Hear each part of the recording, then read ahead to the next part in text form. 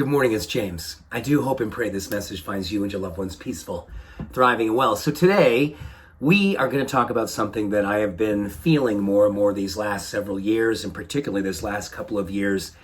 And I've never talked about it before in the treehouse because, you know what? It just never came up to the forefront of my being. I said, you know what?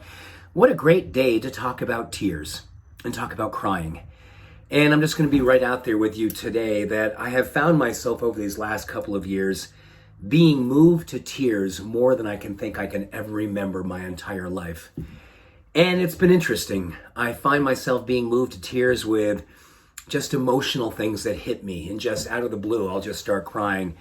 I've been moved to tears because of anger and sadness and just feeling just profound, that.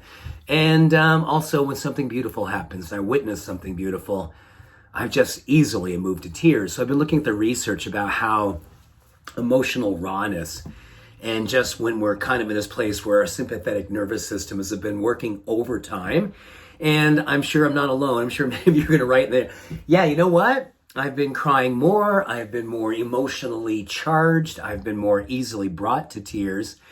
So I thought it'd be really interesting to kind of look at the research behind what good is happening under the influence of tears. And I just want to share with you, if you are in this place alongside of me where tears are more easily coming, for better or for worse, there's a lot of good that happens when we give ourselves permission to just let ourselves cry. So interesting enough, there's a detoxification that happens when we cry. Emotional tears actually help us to detoxify stress hormones. So if what's driving you to tears is just emotions, raw emotions, emotions of anger, sadness, disconnection, disbelief, let them come. Because when we do that, our body is literally getting rid of toxic stress hormones and releasing them through our tears.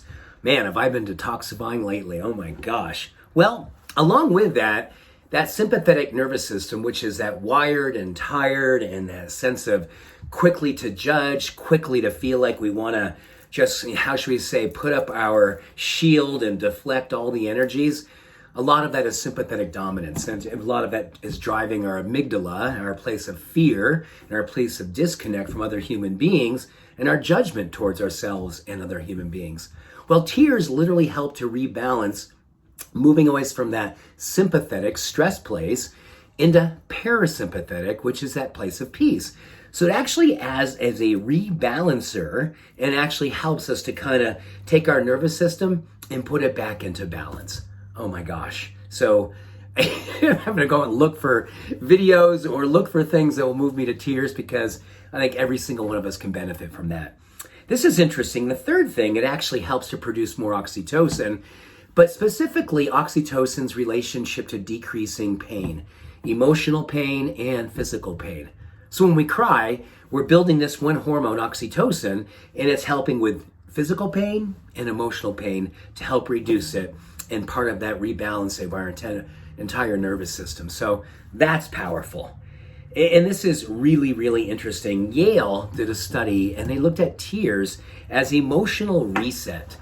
So if you wake up in the morning and you're feeling like, oh my gosh, I'm already feeling that sense of tenseness, I'm feeling that sense of loneliness, I'm feeling that sense of judgment, I'm having a hard time loving myself and being kind to myself, giving yourself the opportunity to shed tears literally helps to rebalance that emotional center inside of us. And in particular, it helps us bring hormones and the part of our brain associated with self-acceptance and self-compassion. It helps to bring it back into the forefront of our being. Very, very healing.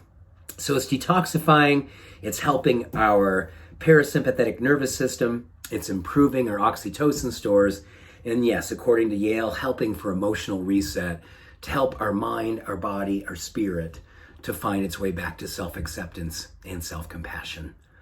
Wow, I am so grateful that I got a chance to take this time and look up the power of tears and crying, and just openly speak to you and look at you this morning and say, if this is something that's happening to you, please feel free to comment, because I think all of us can benefit from feeling that vulnerability and that common humanity.